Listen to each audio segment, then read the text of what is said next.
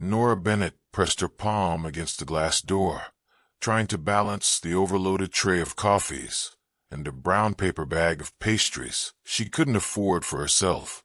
Another delivery. Another day paying the rent 1 gig at a time. Inside Skybridge Investments, everything gleamed. Marble floors, massive windows that made the city look like a diorama, people in suits moving with robotic purpose.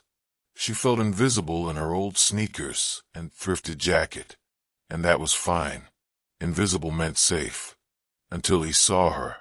She froze halfway to the receptionist's desk when she spotted Cole, her ex. The reason she'd moved apartments twice and blocked every number that even looked like him. He was leaning against the reception counter, laughing with a woman behind the desk like he belonged there. Her pulse spiked. Backpedaling would only make him notice faster, but staying frozen was worse. She shifted the coffee tray to her other hand, about to turn, when their eyes met. Nora, his voice rang out, just loud enough to snap the receptionist's head up too. Damn it. She did what her instincts told her to do, run. She bolted down a side hallway, nearly colliding with a man stepping out of an office. He was tall, sleeves rolled up, holding a phone to his ear. She only caught a glimpse of storm gray eyes before she skidded around him, mumbling, Sorry. Wait, the man began, but she was already ducking into the first open door she could find. Inside, she spotted a massive desk, walnut, expensive looking. She dropped to her knees, squeezing into the tight space underneath, pastries squashed against her chest. She barely had time to breathe when the same man stepped in after her, eyebrows raised. Do I want to know why you're under my desk? He asked calmly, as if people did this every day.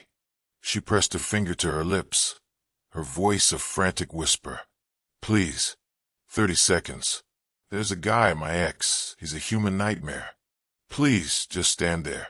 Pretend you never saw me. Footsteps thundered in the hallway. A shadow fell across the glass door.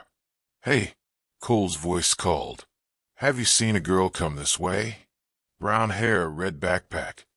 The man in the doorway, who looked too expensive to be interrupted, glanced down at her, then back up at Cole. No one's been here, he said, tone so flat that even Cole hesitated. Try the elevators. Cole lingered, suspicious, but moved on. Silence fell. Nora didn't dare exhale until the footsteps vanished completely. She crawled out, cheeks blazing. Wow. Okay. That was a new low. Sorry. Really sorry. The man's expression softened, if only a fraction. Nora, is it? She blinked. How do you know my? He pointed at the crushed delivery bag she'd left under the desk. Her name was scribbled on it in marker. Oh, right, she muttered. Nora Bennett. Part-time delivery driver. Full-time magnet for chaos. He extended a hand. Emerson Blake, CFO, and apparently your accidental bodyguard. She shook his hand, ignoring how warm it was. Great. Hide under a desk. Me a billionaire. Classic Nora. Emerson leaned against the desk, studying her like she was an unexpected riddle. Do you do this often? He asked. Hiding under furniture. Only when ex-boyfriends show up like horror movie villains, she shot back, hugging the ruined pastry bag to her chest. Look, I'll just go. Sorry for... Wait. He straightened, slipping his phone into his pocket. How long have you been doing deliveries? Why? You need muffins delivered too. She meant it as a joke, but he didn't smile. I need someone who knows how to improvise, he said instead, as if testing the words out loud. Someone who won't fold when things get unpredictable. Nora raised an eyebrow. Are you seriously offering me a job because I hid under your desk? Partly, he said, but mostly because you think on your feet. I need that. She almost laughed, except he looked dead serious. So you're what? CFO by day, talent scout for misfits by night. He almost cracked a smile. Almost. Something like that. 3-month contract. Temporary assistant. You'll handle meetings, run interference, keep certain people out of my office. Like ex-boyfriends. He looked at her, eyes unwavering, especially them. Nora hugged the pastry bag tighter, her mind racing. She thought about her rent, her overdraft account, the countless job applications that went nowhere. What if I say no? She asked, testing him. Then you'll leave, Emerson said, voice quiet. And you'll keep running. From him. From everything. She hated how right he was. She blew out a breath. Okay, but if I ruin your life by accident, don't say I didn't warn you. He extended his hand again. Deal. She shook it, her heart thundering. Deal. The next morning, Nora stood outside Emerson's office, a visitor badge clipped awkwardly to her thrift store blazer. Her reflection in the shiny glass door mocked her. You don't belong here. You never will. Inside, the space felt like a spaceship, floor-to-ceiling windows, a massive screen projecting spreadsheets she couldn't read if she tried, shelves lined with awards she didn't recognize. Emerson sat behind his desk, tie loosened, eyes flicking from his tablet to her face. You came back, he said, sounding like he half expected her not to. You promised real coffee this time. She shot back, lifting the takeaway tray. And I don't break caffeine packs. He motioned to the seat across from him. First order of business, you'll shadow me today. Listen. Watch. Don't speak unless I ask. Like a ghost. A helpful ghost. She grinned. You know, for a numbers guy, you're weirder than I thought. His mouth twitched at the edges. You'll learn. They spent the morning ping-ponging between conference rooms and tense video calls. Nora scribbled notes, half of which were doodles, because the terms made her head spin. She watched Emerson shift from calm negotiator to sharp strategist to tired human in the space of minutes. But what struck her most was how alone he looked, even surrounded by people. At lunch, he handed her a protein bar. Eat. Wow. Gourmet, she teased. Want to share my crushed muffins from yesterday? He actually laughed, a short, surprised sound that made her chest warm. For a moment, the office didn't feel so cold. By the end of her first week, Nora felt like she'd lived a month inside those glass walls.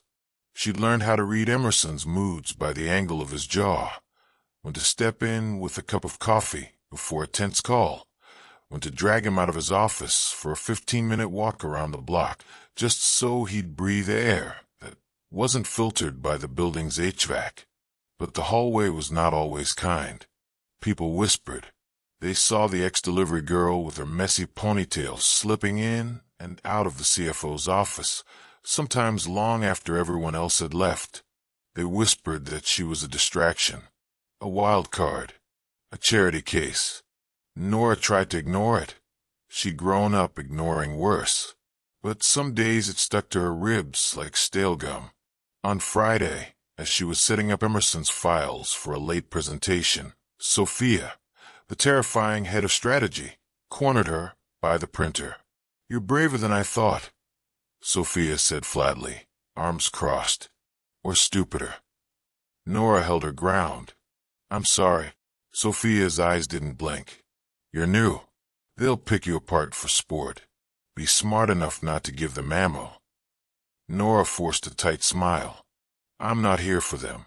I'm here to do my job. And what job is that exactly? Sophia's tone was like a blade wrapped in silk, because everyone's wondering.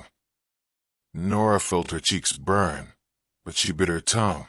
She refused to let Sophia see the sting. Maybe my job is to keep people guessing, she said with a shrug, lifting the stack of papers and stepping away before her knees gave out. Later that night, Emerson found her sitting cross-legged on the floor of his office, sorting a mountain of folders, like a child playing with puzzle pieces. He watched her for a moment before clearing his throat. You know we have desks for that. She looked up, eyes tired but defiant. I needed the floor today. He crossed his arms, leaning against the door. Something happened. She hesitated, then shook her head. Nothing I can't handle. His jaw tightened just a flicker. Then he walked over, dropped to the floor beside her in that perfect suit. They sat there in silence, papers scattered like confetti around them. Finally, she looked at him. Do you think I don't belong here? Emerson met her eyes, clear, unwavering. I think you're exactly where you're meant to be. It wasn't poetry, but it settled something inside her that had been restless for years. 1 week turned into 2, then 3. Nora found a rhythm in the chaos, a beat that felt almost like belonging. She learned that Emerson liked his coffee black, but would drink it sweet if she made it that way. That he hated meetings that dragged on past noon, but sat through them without flinching. That he never asked about her past, but remembered every tiny thing she said about her dreams. And yet, she couldn't shake the ghost of Cole. He popped up everywhere, a message here, a sighting there. She blocked him. He found new numbers. He always did. One rainy Tuesday, Nora stayed late to prepare slides for an investor meeting. The office was mostly dark, humming with that eerie after-hour silence. As she waited for a batch of files to print, she heard footsteps behind her. She turned, heart dropping when she saw Cole leaning against the doorway. Soaked, smug, too familiar. Wow, look at you, he said, gesturing at her badge. Big girl now, huh? Leave, Cole. Now, she said, voice low. Her fingers dug into the edge of the printer tray. He shrugged. You think he cares about you?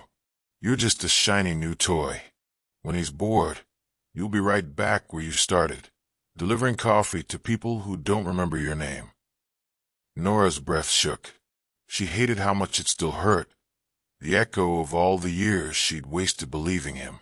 Go, she said again, louder this time. A deeper voice cut in. Is there a problem? Emerson's silhouette filled the hallway behind Cole. His eyes locked on Nora's first, not him, like he was checking she was safe before acknowledging the intruder. Cole straightened, mocking. Oh, the big boss. Didn't mean to interrupt your whatever this is. Emerson stepped closer, calm but radiating something sharp. I'll ask you once, leave. Cole snorted. Man, she's good at playing the victim, huh? Emerson didn't flinch. Nora, do you want him removed? Nora's throat closed. She didn't want this, the scene, the pity, the looks tomorrow. But she lifted her chin. Yes. Without another word, Emerson gestured to the security guard down the hall. In less than a minute, Cole was being escorted out, still spitting half-baked threats that no longer stuck. Emerson turned back to her, voice gentler now. You okay? She nodded, even though her hands were trembling. You're safe here, he said. And when he touched her shoulder, just for a second, she almost believed him. The next morning, the office was buzzing with hushed conversations about the incident. Nora could feel the stares, the way people paused mid-sentence when she walked by. She hated it, the pity, the curiosity, the half-true whispers that turned her into something fragile. She behind her computer screen until lunchtime, eyes glued to spreadsheets she barely understood. Emerson hadn't spoken to her since he'd kicked Cole out. Not even a nod in the hallway. At 1 p.m., he appeared beside her desk with his tablet under one arm. Walk with me, he said simply. She followed him outside, the city bright, the spring air warm and sticky. They settled on a bench across the street, the noise of traffic wrapping them in a kind of protective bubble. Neither of them spoke for a minute. Then Nora broke first. You don't have to protect me, you know. I know, he said, gaze on the skyline. But sometimes people need protecting whether they want it or not. She frowned, searching his expression for the walls he always kept up. And who protects you? His jaw flexed just once. No one. She wanted to say she could.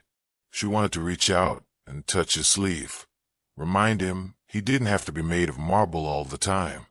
But instead she asked, "Why did you hire me, really?" He looked at her then, a look so direct it felt like he was peeling back every layer she'd built. "Because you reminded me what it's like to improvise," he said, "to be surprised.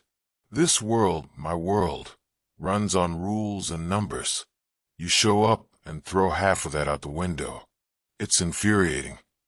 A ghost of a smile crossed his lips. "And refreshing." She exhaled a shaky laugh. "So I'm your chaos mascot." "You're more than that." The way he said it so low, so certain, sent a tremor down her spine. She tucked a strand of hair behind her ear, suddenly aware of how close they were on the bench. "Emerson, you know people think." He cut her off, voice calm but edged with something raw. "Let them. If they're going to gossip, let them at least talk about the truth." She looked at him, eyes wide. "And what's the truth?" But he just stood, smoothing out his suit like he hadn't just cracked himself open for her to see. "Come on. We have work to do." She fell into step beside him, pulse hammering as they crossed the street. She didn't know what they were now, boss and assistant, or two people standing on the edge of something that could swallow them whole. They worked side by side for days after that. Long hours, tense meetings, whispered conversations that ended in stifled laughter when they should have been serious. One night, Nora was sorting folders in the tiny break room when she heard footsteps behind her. She didn't turn. She knew it was him by the way the air seemed to still around him. Emerson stepped closer, so close she could feel the warmth of him at her back. "You should go home," he said softly. "Can't," she said, fighting the hitch in her voice. "Sophia wants the pitch decks ready by morning." "I'll handle Sophia." She laughed bitterly. "You can handle billion-dollar deals, but you can't handle your strategy chief when she's in dragon mode." He said nothing. She felt a silent stretch, the unspoken words pooling between them like water on a cracked floor. Finally, she turned to face him. "Why are you here, Emerson?" "Really?" His eyes searched hers, no mask, no polished lines. "Because I don't like you staying here alone. Not with him still lurking around." Nora's throat tightened. "Cold doesn't scare me." He should. She almost reached for him, almost. But the door swung open, and Sophia's sharp voice broke the moment. "If you two are done turning the break room into a soap opera, I need that data now." Nora stepped back so fast she nearly knocked over the coffee pot. Emerson's eyes flicked to Sophia, then back to Nora, the softness gone, replaced by that cool, controlled calm she hated. "Yes," he said, "we're done." But as he left the room, Nora could still feel the echo of what they weren't saying, burning her skin like a promise half-spoken. A week later, the rumors exploded. A blurry photo surfaced, Nora and Emerson in the lobby, standing too close, laughing in a way that looked intimate. It hit the internal gossip channels like a match to dry grass. By noon, the board was buzzing. By 3, Sophia was at her desk, eyes dark with warning. "Damage control, Nora, for your sake and his." But it was too late. The next day, a headline leaked to a small business blog. "CFO's pet project?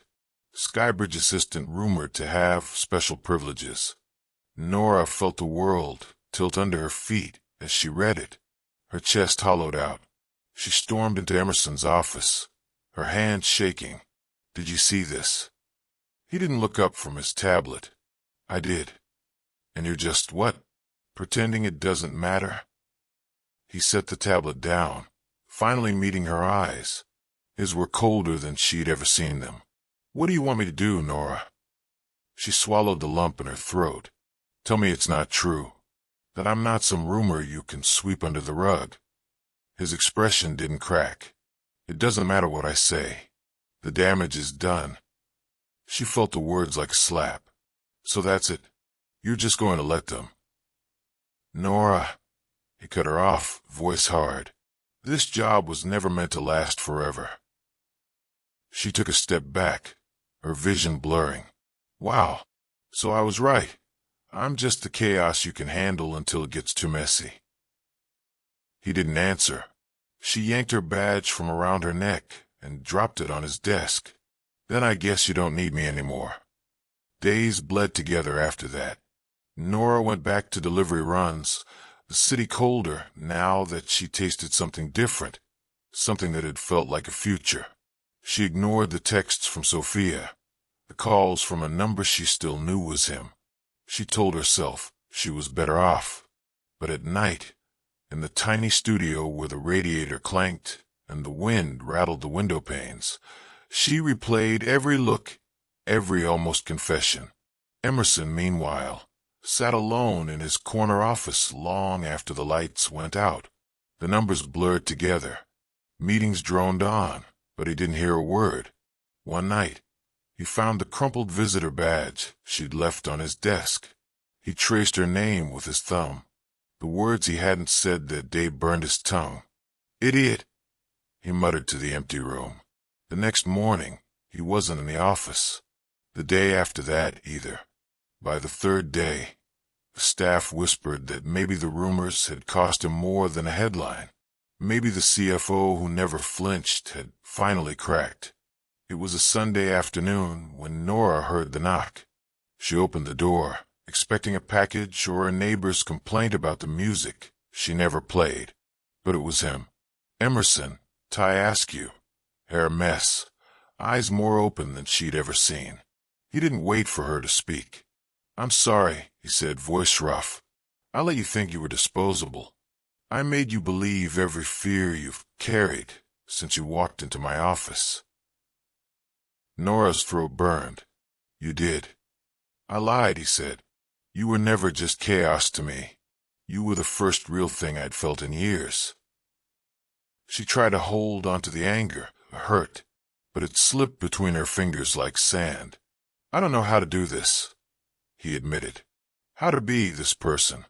But I know I don't want to be him without you." Nora stepped aside. He walked in, and for the first time, he looked like a man who didn't want control. He wanted her. She touched his face. "Promise me something.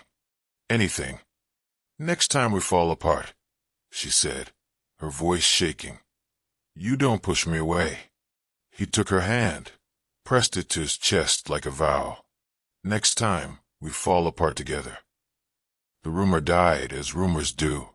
The people who whispered moved on to someone new. But the ones who mattered knew the truth, that sometimes the messiest beginning leads to the truest story. Emerson and Nora didn't get perfect days, but they got real ones. She learned the world wouldn't end if she was seen for who she was. He learned love can't be budgeted or bullet-pointed into a strategy deck. And sometimes the place you thought would break you becomes the place you finally belong.